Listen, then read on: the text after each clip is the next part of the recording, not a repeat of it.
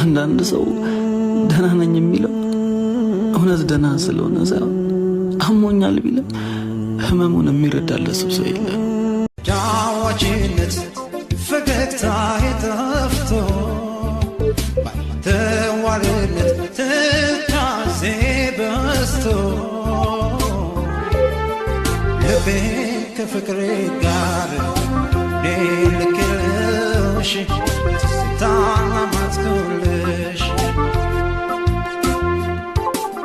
ልረሳሽ አልቻልኩም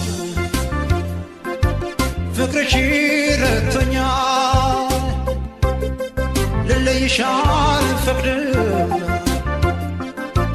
ኪዳንሽ አብቦኛል ደናው መፍትሄው መላው ብልሃቶ መላ ካንቺ ካለ መላ በይቶ